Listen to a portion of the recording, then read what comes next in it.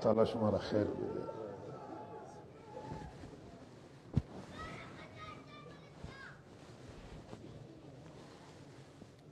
بسم الله الرحمن الرحیم. الحمد لله وسلام على عباده الذين اصطفى. اما بعد فاعوذ بالله من الشيطان الرجيم. بسم الله الرحمن الرحيم. يا أيها الذين آمنوا كتب عليكم الصيام كما كتب على الذين من قبلكم لعلكم تتقون. سخنان همکار گرامیمون جناب مولانا عبدالله سلمه الله استفاده کردیم.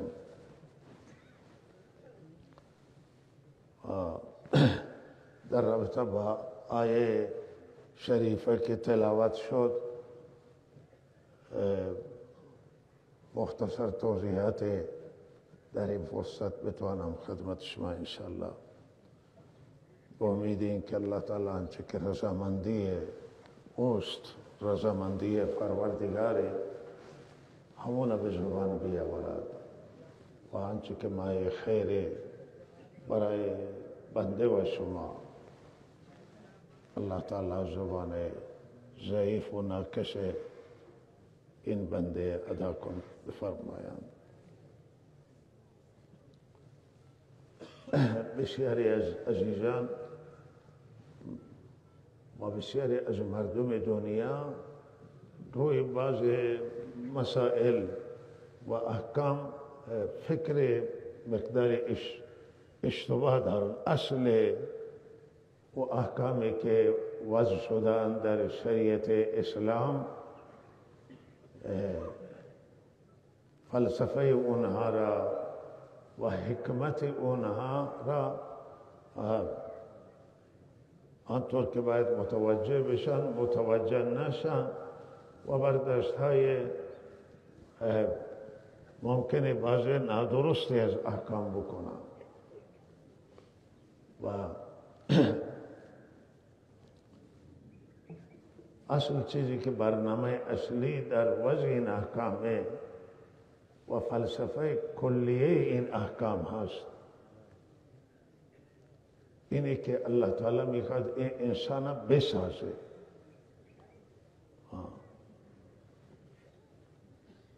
همانطور که زمین عمران داره، آبادی داره و اگر به عمران و آبادی یک کشور توجه نشود، به یک سرزمین توجه نشود، بالاخره زمین و ویرانه خواهد بود. مردم نمیتوانند که از اون زمین استفاده درست و صحیح بکنند. لذا عمران منظورش آنه که این ساخته بشه، راه ها ساخته بشن، جاده ها ساخته بشن، شهرها ساخته بشن، شهرها سرسبز بشن، بالاخره شهرسازی و راهسازی و کلیه مسائلی که با عمران وابسته هستند، آبادی زمین، اون وقت زمین زیبا میشه که ساخته بشه، کشاورزی بشه، باغ و درخت بشه. و الا زمین ویرانه هست دیگه، از اون نمیشه کسی استفاده بکنه. الله تعالی این احکام گذاشته است تا این انسان بسازه و از درونش بسازه. و پروردگار هیچ کسی به اندازه رب العالمین، به اندازه پروردگار هیچ خبره و هیچ دانشمند نیست که ادعا داشته باشه که از الله تعالی بهتر میدانه. الله که خالق کل جهانان، او بهتر میدانند که انسان چگونه میشه ساخت، بقیه چیزا را چگونه میشه ساخت. او هم علیمان و هم حکیم و دانشمند و همه دستورات او روی حکمت و بعضی اوقات ما این فکر میکنیم وقتی سطحی فکر میکنیم که درست نماز عبادتی است، عبادتی میکنیم ثواب ما میرسه، 2 رکعت اینقدر ثواب داره، نماز جمعه اینقدر ثواب داره، فلان نماز پنج وقت اینقدر ثواب دارن و این درسته که اینها ثواب دارن، ثواب به جای خوده، ولی اینها دیگه تأثیرات دارن که اگر این نماز ادا نشه و برگزار نشود او اهداف برآورده هم نمیشه، ثواب کم نمیرسه، ثواب این جایزه و در واقع مازاد از اون فایده دیگر هست که الله تعالی عنایت میکنه. جایزه تو امید الله که این نماز اینقدر ثواب برای شما نوشته میشه، صدقه میدید اینقدر ثواب نوشته، روزه میگیرید اینقدر، قربانی میکشید اینقدر، به فقرا و مساکین خرج میکنید این ثواب داره. ولی اون چی که مهمتر از اینه، از این جایزه، از این پاداشه، او اینه که انسان از درون متحول میشه. این نکته خیلی حیرتی و مهم. ببین این سوره مبارکه شمس و در سوره مبارکه شمس الله تعالی 8 قسمند یا 9 قسم، چندی قسم الله ردیف میکنه، ذات یگانه سوگند میخوره. چرا الله سوگند میخوره؟ الله میخواهد که همانطور که من و شما بلا تشبیه سوگند میخوریم که طرف قانع بکنیم بدونه که مطلب درسته، الله می سوگند را یاد میکنه.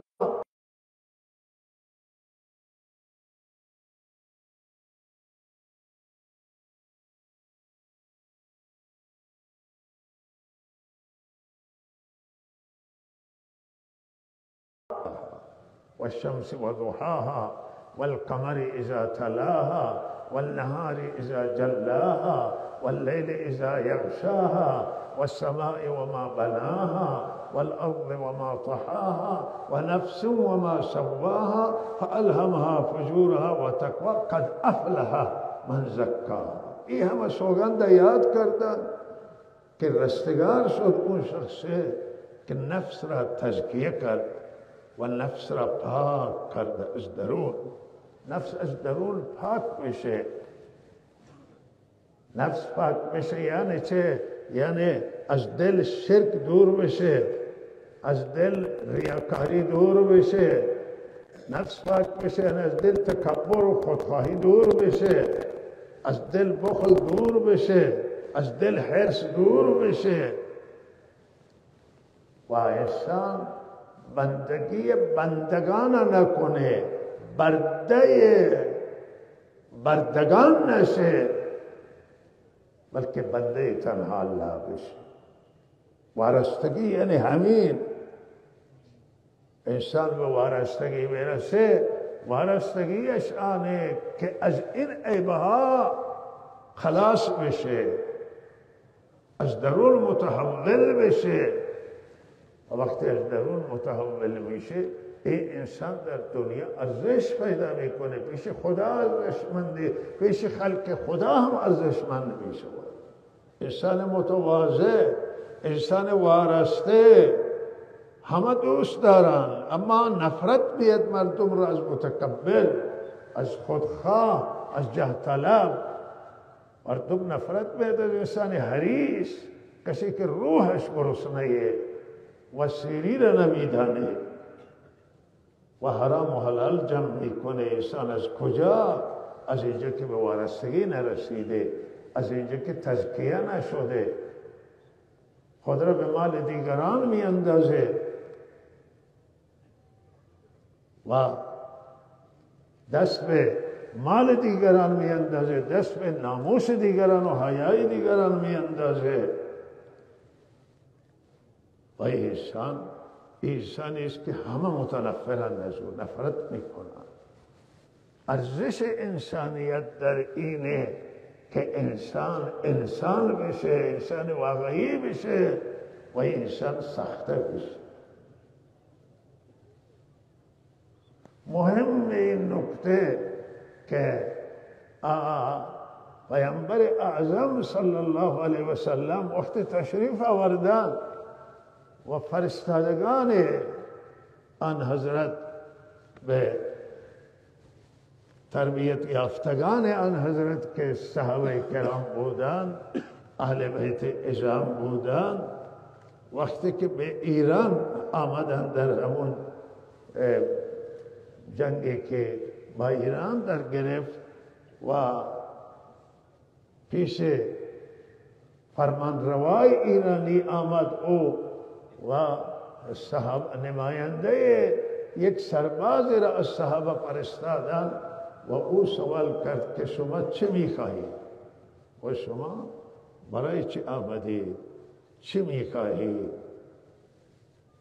یعنی سرزمین میخواهید، میخواهید کشور را بگیرید، شما چه میخواهید؟ گفتم ما آمدیم برای یک مطلب. بله. او گفت که شما همه عربان نبودید که شیر شتر و سوسمار میخوردید و بی فرهنگ و بی سواد بودید، الان شما آمدید چه ادعایی دارید؟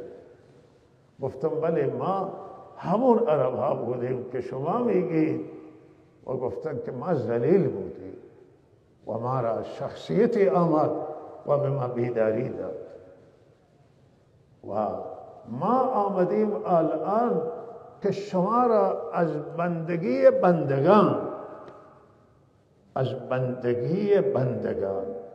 شما را رهایی ببخشیم، از بندگی بندگان، از بردگی بندگان شما نجات حاصل کنید و عبادت پروردگار را انجام دهید. عبادت تنها مال یک ذات، مال الله. حالا بعضی میگن که عبادت مال الله، توحید بیان میکنن و میگن بت‌ها را پرستش نکنید. تنها بت نیست، بت با خود من و شما همراهه، بت درون. سنگ عبادت نکنید، چوب عبادت نکنید. نه بابا، این مطلب قرآن اشتباه میشه. پیامبر اعظم تشریف آوردند و آنچه که تعلیم داده اینه که عبادت تنها از آن یک الله، تذلل و تضرع عاجزی. عبادت به معنی درماندگی، عبادت به معنی عاجزی. حالا شما میرید رکوع عاجزی میکنید، سجده میرید عاجزی میکنید. این بندگی و عاجزی تنها در مقابل خدا است و بس. باقی همه بنده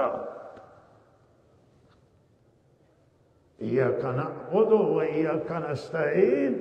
هر رکعت نماز میخوانید که شما را عبادت کنید و ما شما را عبادت میکنید، یعنی بت عبادت میکنید. نه تنها بت، بلکه هیچ چیزی را، نه زنده را، نه مرده را، نه جن و ملائکه را، نه اولیاء الله را، نه انبیاء را.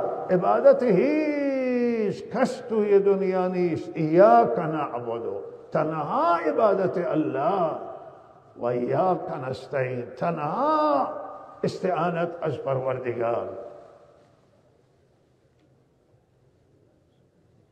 قرآن همین فرماید که وما خلقت الجن والانس الا لیعبدون.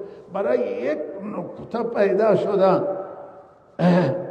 یک نقطه انسان پیدا شده و جنها همه برای بندگی الله. حالا بندگی بعد ترجمه بکنه که آقا بت عبادت نکنن، سنگ عبادت نه. عبادت برای هیچ کس جز الله تعالی نیست. و همون زمانه که آن حضرت مبعوث شدن، زنده ها پرستش می شدن توی ایران، مردم پادشاهانشون را سجده می کردن. رومی ها پادشاهانشون را سجده می کردن. توی حدیث است گفتن صحابه یا رسول الله مردم ایران پادشاهانشون سجده میکنن و مردم روم پادشاهانشون این دو تا تمدن بزرگ و قدرت بزرگ بوده، دیگران هم این کار میکردن، ما شما را سجده کنیم. فرمودن نه، شما منم سجده نکنید. سجده برای هیچ کس، خلاصه حدیثه، برای هیچ کسی غیر از خدا روا نیست. سجده تنها از آن الله، عبادت تنها از آن الله، پرستش تنها از آن الله. احترام برای همه است، احترام ولی الله، احترام انبیاء، احترام بزرگان، احترام والدین. ادای احترام به همه است، اما او احترام اگر به حد برسه که عبادت بشه، این برای هیچ کسی روا نیست. و عبادت تنها از آن پروردگاره. هر انسانی را کسی اطاعت کنه در مقابل فرمان الهی میشه این عبادت او. الم اعهد الیکم یا بنی آدم الا تعبدوا الشیطان، الا تعبدوا الشیطان. آیا الله تعالی میگه من شما را مگر نگفتم که امر نکرده که شیطان پرستش نکنید؟ مردم چه کسی شیطان پرستش میکنه؟ آقا وقتی کسی دنبال شیطان میرید در مقابل الله، الله میگه که تو این کار نکن، شیطان میگه تو این فساد انجام بده، به خون بریز، مرتکب جنایت باش. و شیطان وقتی که اطاعت میکنه این میشه عبادت شیطان. شما یک حاکمی را، یک والدین، والد، پدر یا مادر، هیچ کسی از ما حق نداره که در مقابل فرمان الله اطاعت کنه. لا طاعت للمخلوق فی معصیت الخالق. اگر معصیت الله باشه، نافرمانی الله باشه، نمیتوانیم ما کسی را اطاعت کنیم که این محسن منه، این بر من احسان داره، این هرچه بگه من انجام میدم. نه، این که هرچه بگه انجام بده شما میخوای او را عبادت کنید. عبادت از آن الله در مقابل خدا فرمان برداری از هر کس.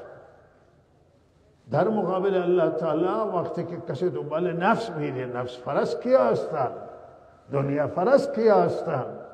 کسی که دنبال منافع بره و بنده منافع باشه. تعیس عبد الدینار، تعیس عبد الدرهم، تعیس وانت کسا و اذا شیک فلن تکشا. آلا فی حدیثه و میگه که برباد باد عبد دینارا. آن ازم بددعا کرده که عبد دینارا الله تباه کنه، هلاکت بر بنده دینار.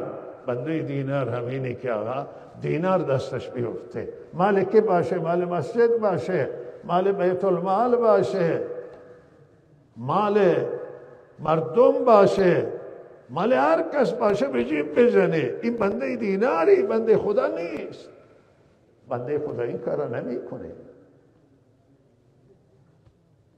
کسی که به خاطر مقام و پست و موقعیت بالاخره خونهای معصوم و بیگناه را بریزه که من به مقام برسم، من به موقعیت برسم، و این نافرمانی الله شد، حق مظلوم تلف شد.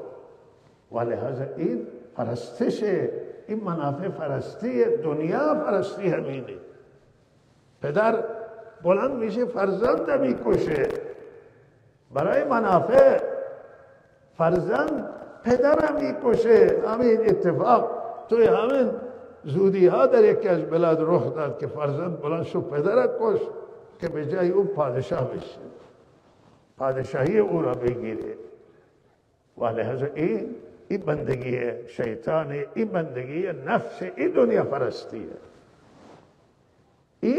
ایاک نعبد معنیش اینه که تو را پرستش میکنیم، یعنی نفس پرستش نمیکنیم، یعنی دنیا را پرستش نمیکنیم، یعنی غیر خدا را پرستش نمیکنیم، تنها خدا را پرستش میکنیم. این خدا پرستی امینه.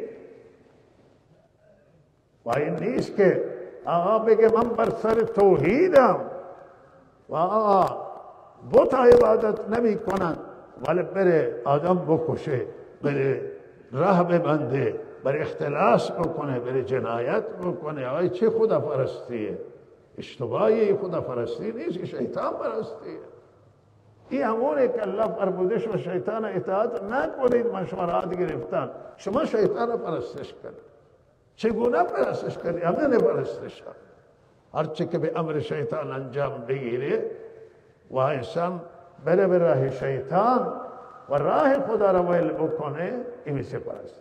روزه، نماز، زکات، خیرات و صدقات، همه این حج بیت الله الحرام تمام برای آنند که در ما اطاعت ایجاد کنند، در ما تقوا ایجاد کنند، در ما پرهیزگاری ایجاد کنند، ما را به مسیر درست سوق بدن و ما خدا را عبادت کنیم، بنده خدا باشیم، برده خدا باشیم، حرف برای الله بزنیم، حرف راست بزنیم. آدم دروغگو که دروغ میگه همین نفس پرسته.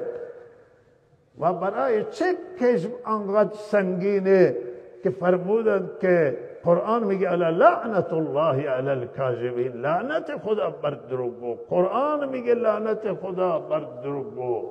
چرا خدا لعنت میکنه دروغگو را؟ چرا که دروغ همین این یک راست را و واقعیت و حق را زیر پا میگذاره و برخلاف واقعیت، برخلاف صدق، برخلاف حقایق حرف میزنه. این خیلی سنگین و گناه بزرگ.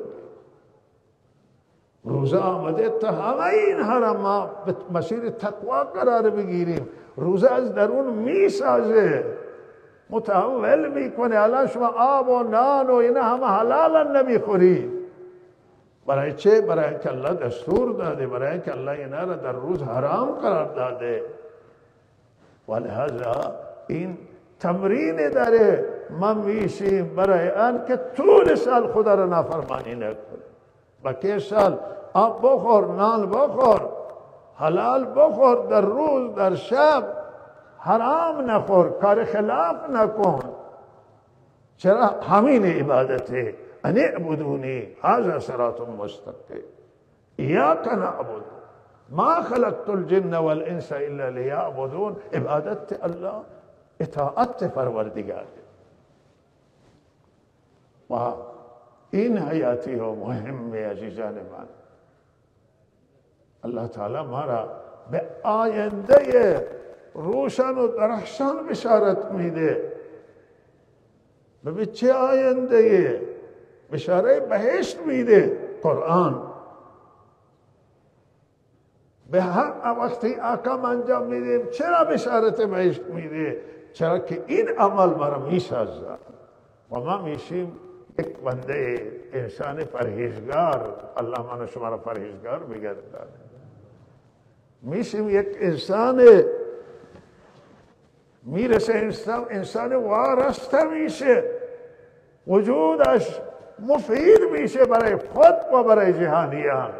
شما به وارستگی میرسید، جامعه به وارستگی میرسه، زنان به وارستگی میرسن، جوانان همه طیفه به وارستگی میرسن. وجودشون رحمت میشه برای خلق. سارق نمیشن، رهزن نمیشن، وجودشون مضر نمیشه، قاتل نمیشن، وجودشون رحمتی میشه، اخلاق ساخته میشن. و انسانی که دارای صفت زیبای اخلاق و دارای صفت بلند مکارم اخلاقی، این وجودش برای همه جهانیان مفیده و مؤثره.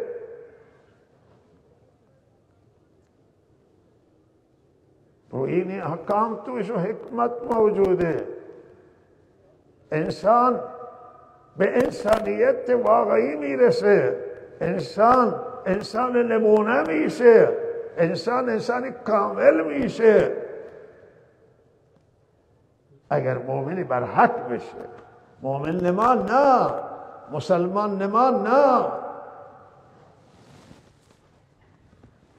پرستش غیر خدا نه، پرستش تنها یک از آن الله تعالی است. نه پرستش نفس و نه پرستش شیطان و نه پرستش هیچی. همه پرستار خدا، همه سر به سجود الله، همه ادای احترام میکنن به برگ الله، همه ایاک نعبد و ایاک نستعین خواندن، همه خواندن و ما خلقت الجن والانس الا لیعبدون و ان اعبدونی هذا صراط مستقیم. الله من شما را توفیق عنایت کنه. لہذا عزیزان من این مقصد اعظمه و از او اعظمتر رسیدن به رضای الله تعالی است. ساخته بشه، اهداف روز در ما برآورده بشن، هم ثواب میرسه، هم همه چیز. الله برای هم ما را بشارت داده به دنیای آباد و هم ما را بشارت داده به آخرت آباد.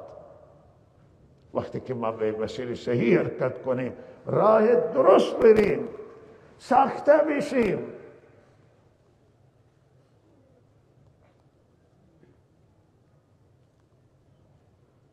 وای عزیزم بیداری خیلی مهمه، خیلی حیاتیه که انسان بیدار بشه و وقتی که بیدار میشه تنها الله را بندگی میکنه، تنها اظهار درماندگی و عاجزی و در مقابل ذات یگانه پروردگار میکنه.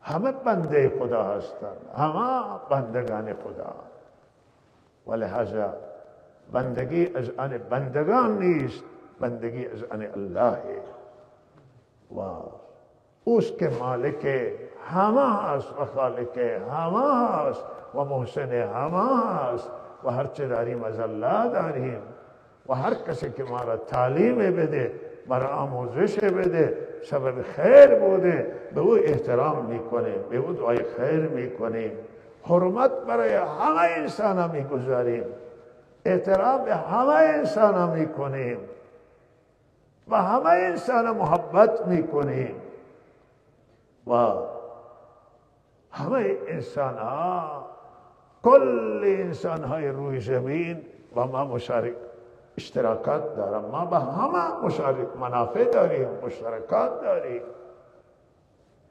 چرا که همه ما از یک جنسیم. لہذا اگر یکی مسلمان است یکی مسلمان نیست و خودش بدانه مسلمان نیست و لہذا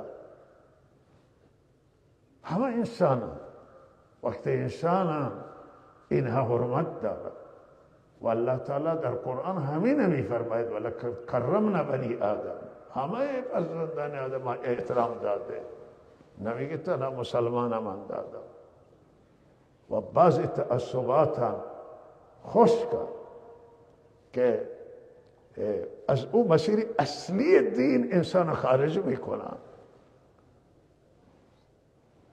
و این الله تعالی میگه که قرآن فرموده، قرآن میگه که همه انسان حرمت داد، ما تمام انسان حرمت دادیم، سوار کردیم در خشکی و دریا اونها که به پهرا نرن، بارهای خودشون را به شانهای خود حمل نکنن، اونها را باربری دادیم، اونها را سواری دادیم، ماشین باری خدمتشونه، کشتی خدمتشونه، هوا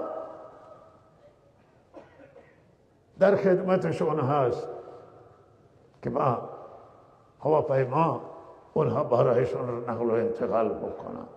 تا اینکه به سر حمل بکنم ببرم. این کرامت مال یک کش خاص نیست، همه انسان را الله حرمت داده. وقتی الله انسان را حرمت داده، ما باید حرمت گذاری به همه انسان بکنه، مگر یک انسانی که او انسان طغیانگر و متکبر و ظالم که برای دیگران حد قائل نیست، ظلم میکنه. ما با تمام انسانیت روی زمین اخوت داریم، اخوت انسانیه. همه طبق دیدگاه اسلامی ما از آدم و حوایی، یک مادر و یک پدر، و خیر همه را بخواهیم. این تعلیم اسلامی که ما برای همه ناصح باش.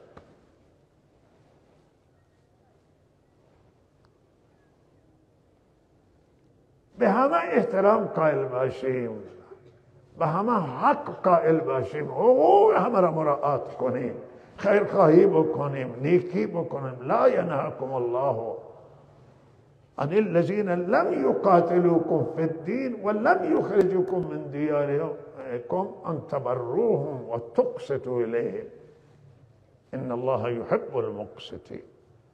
الله تعالی به شما را الله من نکرد که شما نیکی نکنید.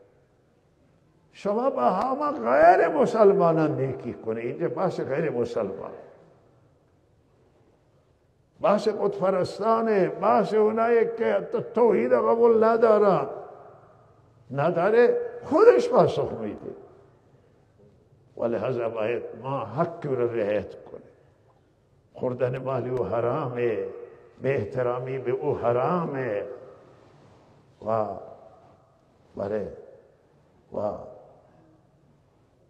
مگر او انسانی که ظلم بکنه، انسانی که در ظلم میکنه ظالم. الله تعالی فرموده ولا تجادلوا اهل الكتاب الا بالتي هي احسن الا الذين ظلموا منهم. گفته که شما با اهل کتاب یهود و نصارا تصریح کرده که شما با اینا مجادله نکنید، با خشونت با اونا جر و بحث نکنید با یهود و نصارا، بلکه شما با خوبی جواب بدید. با خوبی اگر مجادله و بحثی شد، به خوبی احترام بگذارید، حرمت گذاری بکنید. بعضی از این که مجادله و مباحثه میکنن توهین میکنن، غلطه. توهین به هیچ کسی روا نیست، مگر الله تعالی میگه که اونا که ظلم کردن حالا با اونها شیوه برخورد چیزی دیگه، مگر اینکه ظلم توبه بکنه. کسانی که آدم میکشن، کسانی که حق مردم میخورن، تا حالا یا شمال کشور بودن یا حاشیه کشور بودن، مرزای کشور زندگی کردن، مرکز کشور، و کسی که اعضای خانواده‌اش را ببینه چه اندازه خوشحال میشه، و پذیرایی، خدمت، تعارف. و اینطور نباشه که بیاین توی سیستان و بلوچستان و برای بنزین به بیچاره بشن و حیران بشن کجا برن، بالاخره جایی ندارن و سرگردن بشن، با زن و بچه هستن. حرمت گذاری کنید بید و اینها را اعضای خانواده بزرگ ایرانی بدانید. خانواده بزرگ ایرانی داریم، خانواده بزرگ اسلامی داریم، خانواده بزرگ انسانی داریم. این همه اینها مشترکات تبدیل میکنن به یک خانواده، در ادای احترام، در رعایت حقوق، در برخورد با اخلاق حسنه. ولهذا اینا که جمعیت حرمت گذاری مهمه، و دین ما هرچه داشته مهمترین فیروزیشو از همین بوده، از همین طریق بوده، ادای احترام به هر کس بود. آن حضرت بر سر صندلی ننشسته که دیگران بر سر خاک بنشانه، خود بر سر خاک نشسته. مردم احترام کرده است، حرمت گذاری کرد. خودشون نخوردن که دیگران گرسنه بمانند. اول مردم دادن، مانده خوردن. احترام و رعایت او ارز کنم اخلاق حسن و زیبا هست که می توی دنیا تاثیر گذاره. امروز الحمدلله شرایط توی جهان توی کشور ما به وجود آمده که مردم همه نسبت به یک دیگه محبت پیدا کرد. شما به همین مسئله دشتیاری اصلا حیرانم من که مثلا ندیدم چنان صحنه توی کشور سابق ندیدم من که بالاخره این از حاشیه کشور آغاز روستا بلند بشن بیا اینجا، پول بیارن، جنس بیارن، وسایل بیارن. همه تو که میگه آقا وسایل لازم نیست، فلان چیز لازم نیست، نیارید و اینها جمع کرده و دارن بیارن. همین اندازه دسترسشون، تواناییشون، همین همدردی، تک تک اشاره ها. مخصوصا تهرانی ها خیلی همت کردن. مناطق کرد نشین عزیزان کرد تمام ایران، خراسان، زمین، کرمان، اصفهان، نمیشه به همه جا نام برد، شیراز و بالاخره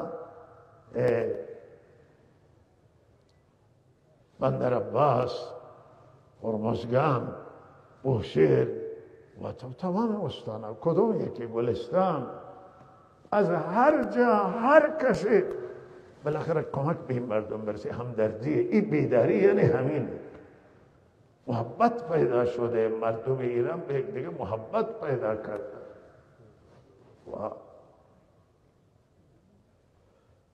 این نمید میده آینده خیلی خوبی را، آینده روشنی را.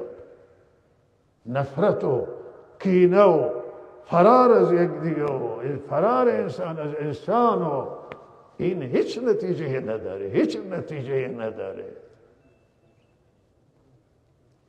محبت نتیجه داره. این آینده، این بارقه است که آینده درخشانی را نوید میده به مردم ایران.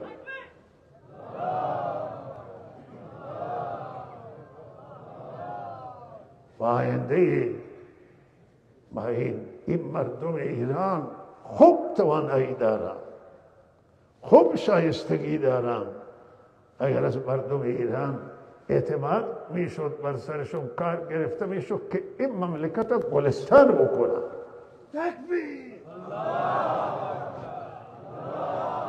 همه زنان ایران، زنان، حالا مردان اجازه بدن که همه زنان ایرانی را بدید، شما اعتماد کنید و بر سر این اعتماد بشه و میدان داشته باشه. اینطور نه که محدود باشه. مثل محدود دیگه او هیچ اختیارات هم میتونه این کشور را بسازن، به راحتی ساخته میشه. آخرت خودشون را بسازن، دنیایشون را بسازن، ملک خودشون را بسازن.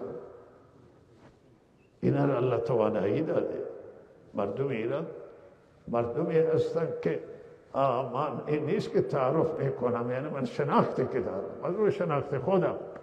حالا اگر کسی شناخت من رد کنه من ناراض نمیشم. شناخت اینه که مردم ایران، همه اقوام ایرانی، همه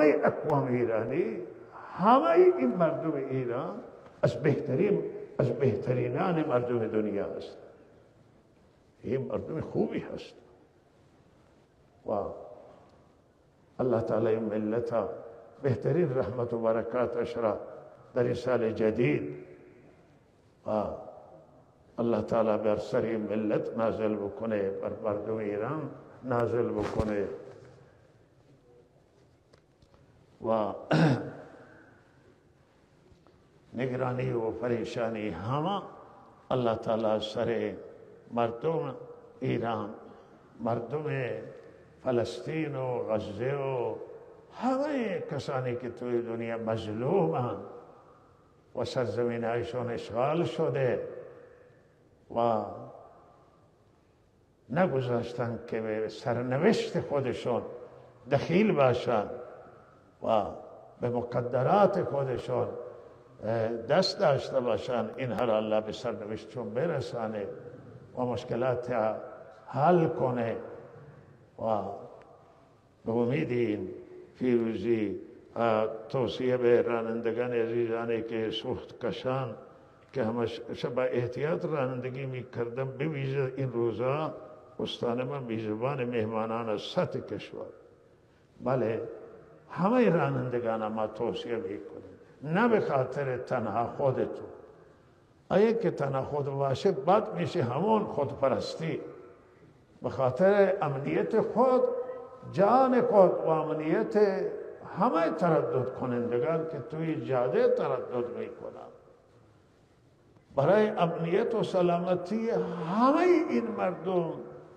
امنیت خود رانندگان، همه رانندگان و مسافرین توصیه میکنم که قوانین راهنمایی و رانندگی را رعایت کنند. سوخبران مخصوص که از سریع رانندگی کردن توی جاده ممنوعه،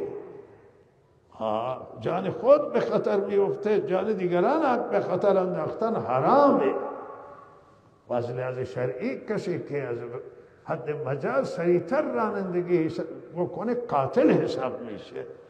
حالا قتل قصد نداشته ولی قتل خطای میشه و لحاظ این باید قوانین رانندگی مجازه ولی به شرط مجازه که قوانین رعایت کنه و رد رعایت کنه و از صاحبان پمپ و از حضور شما جایگاه ها سوختی توصیه می شود که سعی کنه که مسافرین زن و بچهشون سوار از راه دور می آیند خستن، اینها را سر پمپ میتوانن معطل نکنن و اینها را حرمت گذاری بکنن، احترام بگذارن و اینها مهمان من و شما هستند، مهمان مردم ما، مردم استان ما هستند و اینها را احترام گذاری کنن. جای کسی مانده برای چیزی غذای آب نان شما همت کنید و تامینشون بکنید. الله تعالی توفیق عنایت کنه. و یک توصیه اخیر بنده در رابطه با مسئله حوزه هست و مسجد و ما همیشه دوست نداریم که بالاخره حرفا را بگیم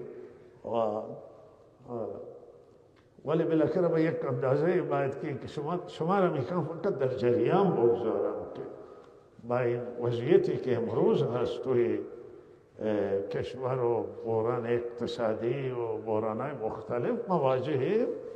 همین بحران مدارس هم دارد و به هر حال به همه مدارس توصیه هم اینه که مدارسی که اونجا کار میشه برای نام اعتقاد ندارم، اونجایی که واقعا کار میشه شما اونجا اولاترن، اکتشون بیشتری به اونها رسیدگی بکنید، بیشتر به فقرا و مساکین و خانواده زندانی ولی بخش بزرگی از زکات و خیریه هایتون را به حوزه اختصاص بدید که مشکلات خیلی دارن عزیزم با این وضعیت که الان هست و شهریه ها و مخارج. روزانه یک عزیز گفتن که من پرسیدم که مثلا پارسال این یک مبلغی را داده بود، من گفتم امسال یک سال بعد او چقدر داده؟ مبلغ تقریبا 2 برابرش را داده است. من گفتم انصاف خوبه، انصاف کرده، چون او مبلغی که او داده بود 2 برابری همین مبلغ امساله. پول پارسال، پول سال گذشته مثلا که دلار 30,000 بود، دلار 1030 بوده، الان 60.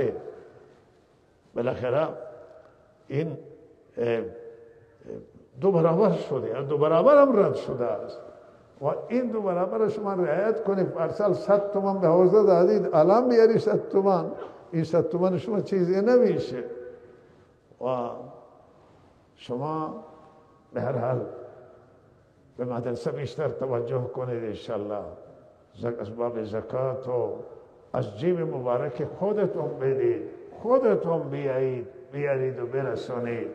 بهترین صورت و چهره است، به هر صورتی که برای تو ممکن است برسانید و هم توصیه میکنه. این برای طول رمضان توصیه بنده خدمت شما است و مگی که مرا نگفتن و جلوتر هم گفته شده و هم مسجد که آخری کارهای عمرانی 6 ساله و ما همه جا فشار آورده و مخصوصا برای مسجد که همه سنگار آخر خرید کردن و سنگ فرش کردن و الحمدلله نماز برگزاره و این ثواب جاریه برای کسانی که اینجا مشارکت داشتن.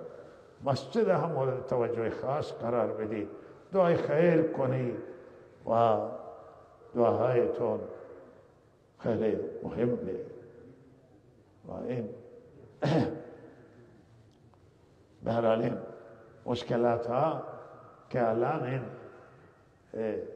فساد که متاسفانه متوجه و به هر حال بیت المال هدف قرار داده و بالاخره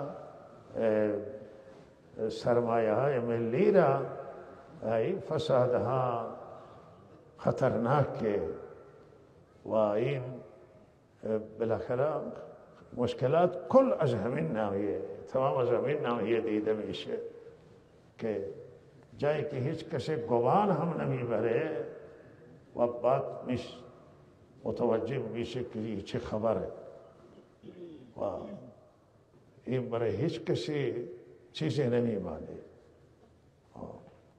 امیدواریم که الله تعالی فرج بیاره، الله تعالی به حال همه ترحم کنه و مشکلات ها را برطرف بسازه. تکبیر!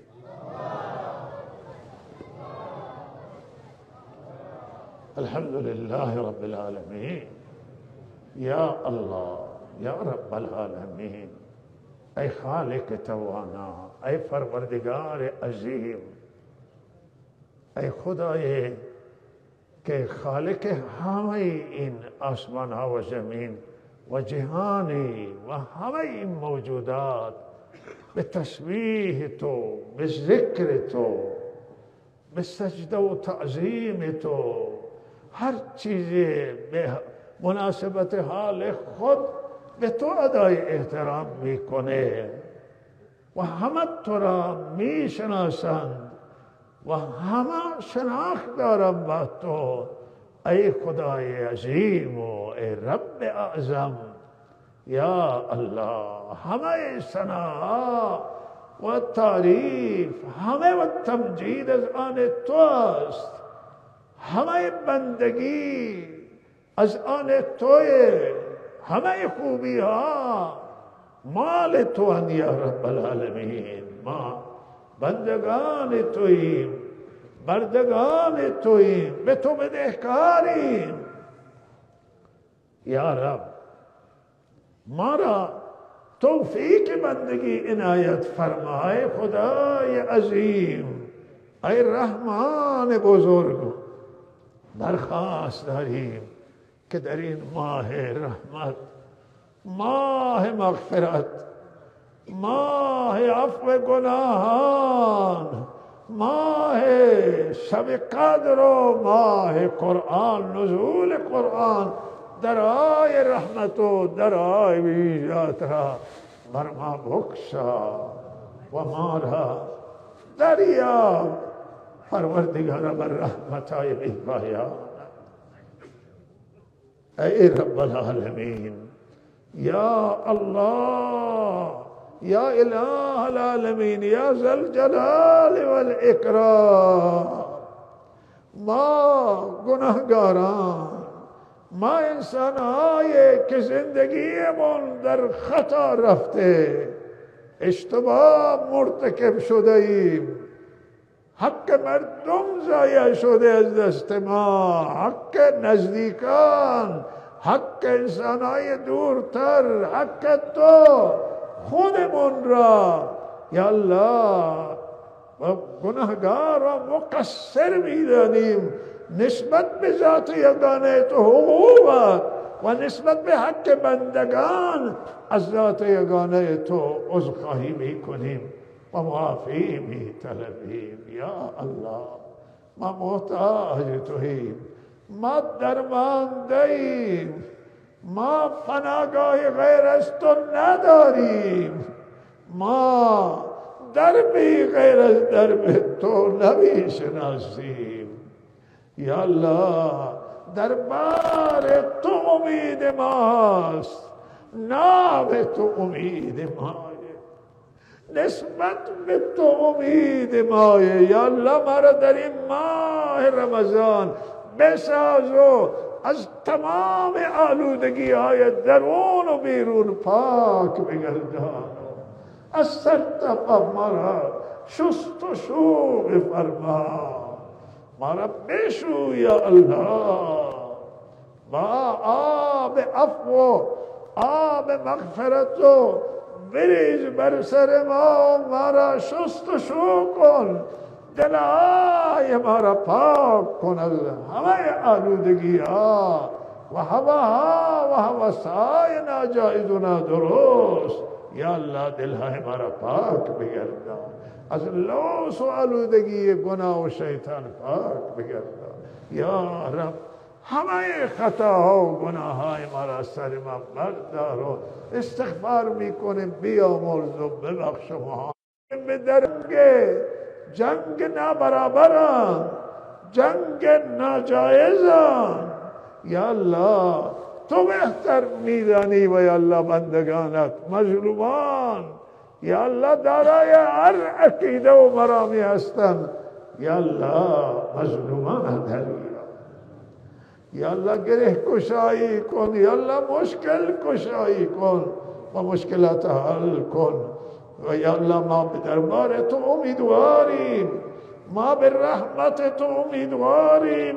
یا رب مشکلات حل کن، یا الله یا آفت ها، زلزله ها، سیلاب ها، یا الله خطرات، یا الله این نامساعد بودن جو و فضا، یا الله شرایط جوی، یا الله همه این پروردگار مشکلات بشرند و یا الله مشکلات ما هستند، همه این مشکلات تویی که حل بکنی. یا رب او تاثیری را که رمضان داشته باشه، تاثیری را که احکام و اعمال داشته باشند، یا الله او اثرات پروردگار نصیب ما بگردان. یا الله، یا الله ما را بساز، ما را تزکیه بگردان، ما را اصلاح بگردان، ایمان ما را به کمال برسان، هدایت ما را کامل کن، ما را انسان نمونه بگردان، انسان واقعی بگردان، انسانیت عنایت فرما. یا الله، یا الله ما را مؤمن و مسلمان نمونه واقعی بگردان. یا الله مسلمانان را از افراط و تفریط نجات بده، یا الله بشر از افراط و تفریط نجات بده. یا الله تندروی ها را یا الله دور کن از سرها. یا رب، یا الله ظلم دور بفرما و عدالت بیاور، انصاف. یا الله ما تشنه عدالت، بشر تشنه عدالت و انصاف ہے، همه ما تشنه عدالتیم، انصافیم. یا رب انصاف حاکم بگردان، یا رب عدالت حاکم بگردان، خیر حاکم بگردان، خوبی ها را حاکم بگردان. یا رب العالمین تمام انسان هایی که ناهنجاری دارند، یا الله خلاف انجام میدن، رهزنی میکنن، رشوه میگیرن، گرفتار فسادن، یا الله هدایتشون برای تو آسانه. یا الله اینا را هدایت بده و آنانی که الله هدایتشو مقدر نیست در هر لباسی باشه شرشون کوتاه بگردانید. یا رب یا رب ما برای خیر و هدایت دعا میکنید، ولی کسی که هدایتش مقدر نیست یا رب یا الله گرفتار ظلم در هر جای دنیا، یا الله ظالمان پایین بکش یا رب العالمین. عاقبت ہمارا بخیر کن، گذشتگان غریق رحمت یا اللہ. حضرت مولانا عبدالعزیز رحمہ اللہ تعالی، ہمیں علماء، ہمیں معتمدین، ہمیں پروردگارائے خوبان و نخبگان جامعہ یا اللہ، و عموم مؤمنین و مؤمنات، مسلمین و مسلمات ہمارا یا اللہ مغفرت فرما و بجوار رحمت خود جائے عنایت فرما. قبرستان ما و مسلمین، عزیزان ما و ہم مسلمین مغفرت فرما، شہداء را رفع درجات عنایت فرما. و یا اللہ ہمیں شہداء ایران، ہمیں شہداء عالم و جہان ہمارا مغفرت فرما و درجہ عنایت فرما. مجروحین شفای عجل و کامل و صبر و تحمل، و بھی اولادان اولاد زندانی ہر وسیلہ آزادی، علماء زندانی یا رب، دانشگاهیان و اندیشمندان یا اللہ، زندانی های زن، زندانی های سیاسی، جوان، همه تیپاره یا اللہ وشور آزادی فرما.